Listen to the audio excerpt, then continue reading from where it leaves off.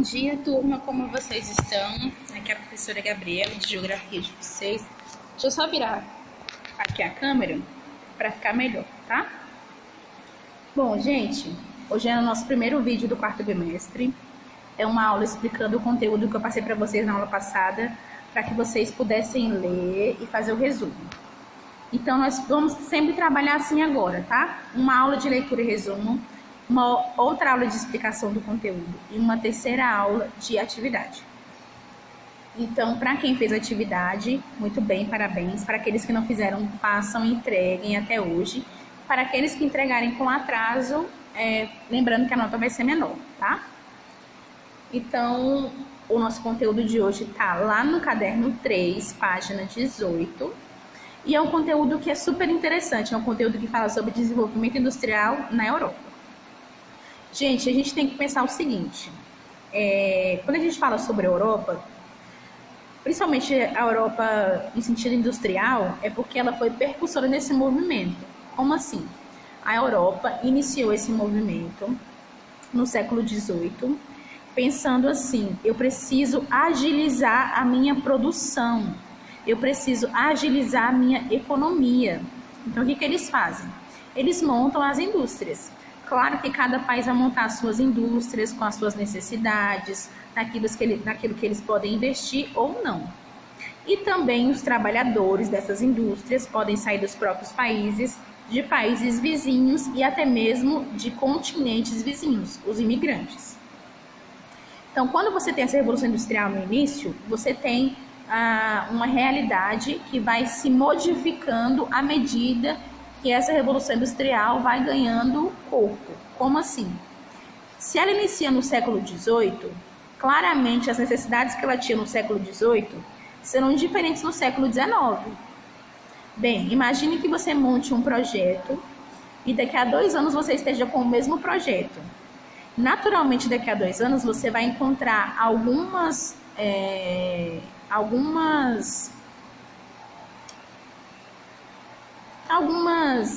problemas ou algumas soluções que você pode tomar para que o seu projeto continue seguindo, não é? Porque se você tem 2 anos já de experiência naquela área, obviamente você vai conseguir ver com olhos mais maduros aquela experiência. Então você tem isso no início da Revolução Industrial. A Revolução Industrial ela passa por 3 fases. A primeira fase, que é a fase do carvão. A segunda fase, que é a fase que eles querem revolucionar e lucrar cada vez mais. E a terceira fase, que é a fase que eles querem expandir para outros continentes. Quando a gente fala de Revolução Industrial, a gente tem que pensar o seguinte. Quando ela iniciou no século XVIII, os donos das fábricas ainda eram muito inexperientes nesse sentido. Porque antes você tinha artesãos que faziam às vezes 10 pares de sapato por dia, e você passa a ter grandes fábricas que passam a produzir mais de 1000 pares de sapatos por dia. Por quê? Porque a intenção dos donos de fábrica é com que eles lucrem mais. A intenção é que eles lucrem cada vez mais, tá? Então, a única preocupação desses donos de fábricas é a preocupação no lucro. Então, naturalmente, eles abrem vagas para os trabalhadores. E aí, quando eles abrem essas vagas para os trabalhadores, as pessoas saem do campo, vão para a cidade, chegam na cidade e se deparam com a seguinte situação. Bom, eu agora tenho um lugar para trabalhar, mas onde é que eu vou morar? Quando você tem essa revolução industrial, ela é super importante para essa formação dos grandes centros urbanos. Então, as pessoas trabalham nas indústrias, porém, elas moram muito longe daquelas fábricas. Por quê? Se você mora perto da indústria, é um local mais caro e os salários eram super baixos. As pessoas moram longe das indústrias. E quando elas moram longe das indústrias, a qualidade de vida cai, né? Você também tem, além de salários muito baixos, você também tem a realidade de mulheres e crianças que trabalham nas indústrias. Quando a gente pensa no século XVIII e século XIX, que somente os homens trabalhavam, é uma ideia equivocada. Por quê? A população pobre sempre trabalhou, independente da época, tá? Então, você tem mulheres e crianças trabalhando, também 18 horas por dia e também recebendo pouco. Então, você imagina, toda a família vai trabalhar nas indústrias durante o dia, volta para casa, que é bem distante das indústrias, à noite, e chega em casa, essa população trabalhadora não tem acesso a saneamento básico. Professor, o que é saneamento básico? É quando você não tem acesso a água tratada, encanada, não tem acesso a esgoto. Então você chega em casa, você não tem um banheiro, você não tem uma água limpa, você às vezes tem que pegar uma água suja para tomar. Então você imagina a realidade. Por quê? Quando as indústrias começaram na Europa no século XVIII, a população da Europa, a população dos países, os governantes dos países, os donos de fábricas não se preocuparam aonde essas pessoas iriam morar. Por quê, gente? Porque essas pessoas eram apenas fontes de renda. Essas pessoas eram apenas mãos de obras baratas. Então, se eu pago um valor X para o meu trabalhador, eu não me importo onde ele vai morar. Era basicamente assim que os donos pensavam. Outra coisa, esses trabalhadores não tinham acesso à educação, à saúde, a leis trabalhistas. Eles tinham acesso àquele salário ali. E era basicamente isso. Então você não tem uma preocupação das indústrias e do Estado, do governo, de separar um espaço, às vezes construir casas, às vezes separar um espaço para que os próprios trabalhadores possam construir para essas indústrias. Você não tem essa preocupação. Então você tem um grande número de pessoas que saem do espaço rural para o espaço urbano, chegam no espaço urbano, não tem aonde morar perto da fábrica, tem que morar longe, e quando eles vão para morar longe, vão morar distante dessas fábricas, você ainda tem essa questão de uma subvida, não é uma vida com dignidade. Então você não tem essa preocupação com essa população, sabe? Então, claramente, essa população sofreu muito. Então, outro ponto importante que a gente tem que colocar aqui é que os donos de fábricas, no início do século XVIII, quando fizeram essa revolução na Europa, pensavam o seguinte: nós temos que lucrar só. Nós não temos que pensar na parte social. Então, era muito comum que os trabalhadores ficassem doentes, era muito comum que os trabalhadores, às vezes, ficassem desnutridos. Então, isso era muito comum. Você pode pensar assim: nossa, professora, mas a Europa é tão rica. Quando a gente ouve falar de Europa, a gente só ouve falar bem. Mas, gente, não era assim no século XVIII, tá? Como todo projeto que inicia, ele inicia com as suas falhas, que elas vão sendo percebidas e ajustadas ao longo do tempo. Professora, não quer dizer que depois, mais para frente da Revolução Industrial, as pessoas vão passar a receber mais? Não, tá?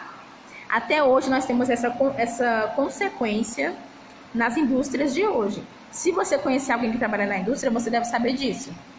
Basicamente, a pessoa hoje, aqui no Brasil, que trabalha na indústria, hoje no século XXI, ela deve ganhar um salário mínimo. Ela tem algumas leis trabalhistas, porque foi um direito adquirido dos trabalhadores, mas ela não tem os melhores salários, ela não tem, às vezes, uma casa perto da indústria, ela não tem, às vezes, uma condição de vida igual a dos grandes empresários, porque ela é uma operária, né? Então, você ainda tem esse reflexo hoje. Claro que à medida do tempo, à medida com que o tempo foi passando, houveram leis trabalhistas, houveram pessoas que criticaram esse sistema industrial, mas isso é uma coisa bem lá para frente, tá? Caminhando, nós estamos na página 18, na página 19 vocês podem ver aí no material de vocês, tá? Ele vai falar um pouco sobre a questão do carvão, porque o carvão era como se fosse um combustível para essas indústrias. Então, você tinha o uso do carvão para que essas fábricas pudessem funcionar. Outro ponto importante é que as crianças eram vistas como pequenos adultos. Então, essas crianças trabalhavam igualmente como os adultos. E também essas crianças, era muito comum que elas tivessem seus membros amputados, braços ou pernas, às vezes morressem dentro das máquinas, porque elas eram usadas para, às vezes, mexer em um parafuso, às vezes destravar alguma coisa, e quando a máquina voltava a funcionar, o braço da criança ficava preso, então era muito comum. Se vocês tiverem curiosidade, vocês podem colocar no Google, bem assim, crianças na Revolução Industrial, vocês vão ver. Elas são pequenas porque são crianças, mas a roupa é igualzinha às vezes do pai, se for uma menina a roupa é igualzinha da mãe, porque são pequenos adultos, tá? Bom, na página 19, vocês podem virar aí no livro de vocês, no caderno 3, página 19. Ele vai falar o seguinte, que o uso do carvão como fonte de energia resultou no desenvolvimento e na concentração de indústrias no entorno das bacias carboníferas e na constituição de importantes cidades da época. Então, você tem o carvão ajudando não só como combustível para essas indústrias, mas também o carvão sendo usado como um centro para essas indústrias, tá? Com o desenvolvimento econômico vivenciado pelo Reino Unido no século XIX, Reino Unido que é a Inglaterra, né? França, Alemanha e Bélgica também avançaram em seu processo de industrialização, principalmente nas proximidades das bacias carboníferas. Por quê? Se eu tenho bacias com muito carvão, eu pego a minha fábrica e monto ali perto. Por quê? Se o carvão é a fonte de matéria-prima para a minha indústria, é a fonte que vai fazer com que a minha indústria funcione, com que as máquinas consigam se movimentar por conta do calor e por conta do fogo, né? Então, eu vou montar as minhas fábricas perto dessas bacias carboníferas, tá? Continuando aqui na página 20, nós temos o desenvolvimento agrícola, que ele diz o seguinte: a Europa possui uma atividade agrícola bem desenvolvida, com elevada produtividade e alto investimento tecnológico, com solos férteis e a adoção de modernas técnicas de produção. Os países europeus se destacaram como importantes exportadores mundiais de produtos agrícolas. Então, além dos países europeus exportarem roupa, sapato, tecnologia, alimentos, você também tem esse desenvolvimento industrial na agricultura, tá? Por quê? Se eu tenho tecnologia na cidade, eu também posso levar essa tecnologia para a parte rural. E quando eu levo essa tecnologia para a parte rural, eu torno aquele processo rural, aquele processo agrícola, mais dinâmico e mais rápido. E, consequentemente, eu consigo vender muito mais para o resto do Brasil, para o resto do mundo. Quer dizer, a produção agrícola no continente está distribuída de acordo com os tipos climáticos dominantes em cada região. Então, cada região tem um tipo de clima que vai favorecer algumas plantações, tá? Continuando aqui na página 21, nós temos a seguinte informação. Durante a maior parte do século XX, houve diferenças acentuadas na organização agrícola europeia e na produtividade regional. O modelo de organização dos proprietários agrícolas no leste europeu, em especial no período de Guerra Fria. Vocês sabem o que é a Guerra Fria, né, gente? A Guerra Fria é aquela guerra que vem depois da Segunda Guerra Mundial. Continuando na página 21, de maneira geral, os grandes avanços tecnológicos na produção agrícola durante o século XX beneficiaram toda a Europa. Contudo, em razão de alguns fatores, com as suas características climáticas e o elevado consumo da população, os países europeus ainda são importantes importadores de produtos agrícolas, especialmente dos países tropicais. Então, você tem a Europa como um polo econômico muito importante para o século XVIII, XIX e XX, tá? Professora, mas os Estados Unidos também são importantes, mas você tem que entender que na Europa que nasce a industrialização.